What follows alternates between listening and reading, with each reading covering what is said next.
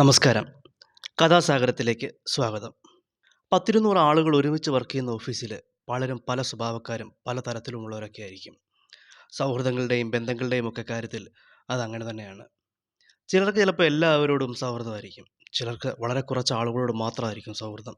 ചിലർക്ക് ചിലരെ അറിയണമെന്ന് പോലുമില്ല.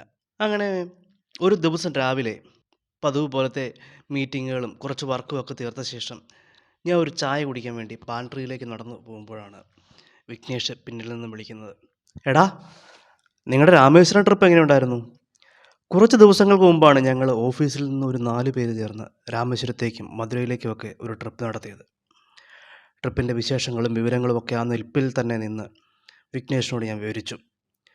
വിഘ്നേഷും ടീമും തങ്ങളുടെ അടുത്ത ട്രിപ്പ് രാമേശ്വരത്തേക്ക് പ്ലാൻ ചെയ്യുന്നതിൻ്റെ ഭാഗമായാണ് എന്നെ പിന്നിൽ നിന്നും വിളിച്ചു നിർത്തി കാര്യങ്ങൾ തിരക്കിയത്. യാത്രയെക്കുറിച്ചും വഴിയെക്കുറിച്ചും സൗകര്യങ്ങളെക്കുറിച്ചും താമസത്തെക്കുറിച്ചും അവിടുത്തെ കാഴ്ചകളെക്കുറിച്ചും ഒക്കെ വിവരിച്ച ശേഷം ചായ കുടിക്കാനായി പോകാൻ തുടങ്ങിയ എന്നോട് വിഘ്നേഷ് വെറും ഒരു കുശലാന്വേഷണം പോലെ ചോദിച്ചു, നിങ്ങൾ ആരൊക്കെയാടാ പോയത്? ഞാൻ കൂടെ ഉണ്ടായിരുന്നവരുടെ പേരുകൾ പറഞ്ഞു. അതിൽ അവസാനം പറഞ്ഞ പേര് വിഘ്നേഷ് കേട്ടിട്ടേ ഇല്ലായിരുന്നു. ബാബുവോ? അതാരാ? നമ്മളെ ബാബുവേ, ബാബു മോഹൻ.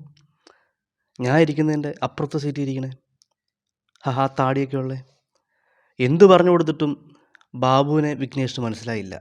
അങ്ങനെ ഒരാളുണ്ട് ഇവിടെ എന്നോ അറിഞ്ഞിട്ട് തന്നെ ബാക്കി കാര്യം എന്നും പറഞ്ഞ് വിഘ്നേഷ് എംപ്ലോയി പോർട്ടലിൽ ലോഗിൻ ചെയ്ത് ബാബുവിനെ തിരഞ്ഞു.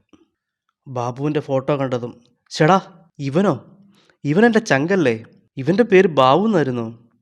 അവർ തമ്മിൽ പരസ്പരം ഇഷ്ടം പോലെ സംസാരിച്ചിട്ടുണ്ട്, പരസ്പരങ്ങൾ ആശയങ്ങൾ പങ്കുവച്ചിട്ടുണ്ട്, ഒരുമിച്ച് വണ്ടിയിൽ യാത്ര ചെയ്തിട്ടുണ്ട്, ഓഫീസിൽ നിന്ന് ഒരുമിച്ച് പോയിട്ടുണ്ട്, ഓഫീസിലേക്ക് ഒരുമിച്ച് വന്നിട്ടുണ്ട്. അങ്ങനെ അവർ തമ്മിൽ പരസ്പരം ഇഷ്ടം പോലെ സമയം ചെലവഴിച്ചിട്ടുണ്ട്. പക്ഷേ വിഘ്നേഷിന് ബാബുവിൻ്റെ പേര് അറിയത്തില്ലായിരുന്നു. വിഘ്നേഷിനെ കളിയാക്കിക്കൊണ്ട് ഞാൻ ചായ കുടിക്കാൻ വേണ്ടി പോയി. പക്ഷേ വിഘ്നേഷിൻ്റെ മുഖത്ത് കുറ്റബോധം നിഴലിച്ചു. എനിക്കവനെ മനസ്സിലായില്ലല്ലോ, അവൻ്റെ പേരെനിക്ക് അറിഞ്ഞുകൂടായിരുന്നല്ലോ എന്നൊക്കെ വിഘ്നേഷിൻ്റെ മുഖത്ത് തെളിഞ്ഞു വന്നു. ഞാൻ ചായ കുടിയും കഴിഞ്ഞ് ആ കേസൊക്കെ വിട്ട് എൻ്റെ വർക്ക് തുടർന്നു.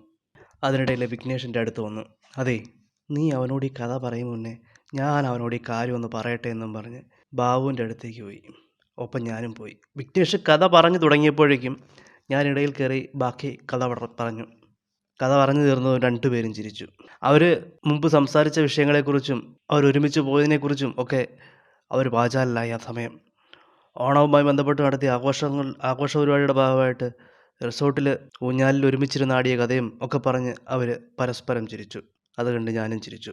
കുറേ നേരത്തെ വർത്തമാനത്തിന് ശേഷം വിഘ്നേഷ് തിരിച്ചവൻ്റെ സീറ്റിലേക്ക് മടങ്ങി. ഞാനും തിരികെ പോകാൻ വേണ്ടി തുടങ്ങുമ്പോൾ ബാബു എന്നെ പുറകിൽ നിന്ന് വിളിച്ചിട്ട് ചോദിക്കുക, അല്ല ഭായി, ആ ചങ്കിൻ്റെ പേരെന്താ?